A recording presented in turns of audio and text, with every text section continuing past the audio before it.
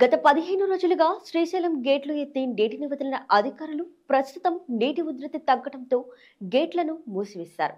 వరద ఉధృతి కారణంగా చేపల వేటకు వెళ్లిన మత్స్యకారులకు ఇవాళ గేట్లు మూసివేయనున్నట్లు సమాచారం తెలిసింది. దాంతో ఒక్కసారిగా వందల సంఖ్యలో మత్స్యకారులు తమ తెప్పలతో డ్యాం దగ్గరికి చేరుకున్నారు. గేట్లు మూసివేసిన తరువాత వలలను విసిరి చేపలను పట్టారు. దీనికి సంబంధించిన వీడియో ప్రస్తుతం నెట్టింట్లో వైరల్ అవుతుంది.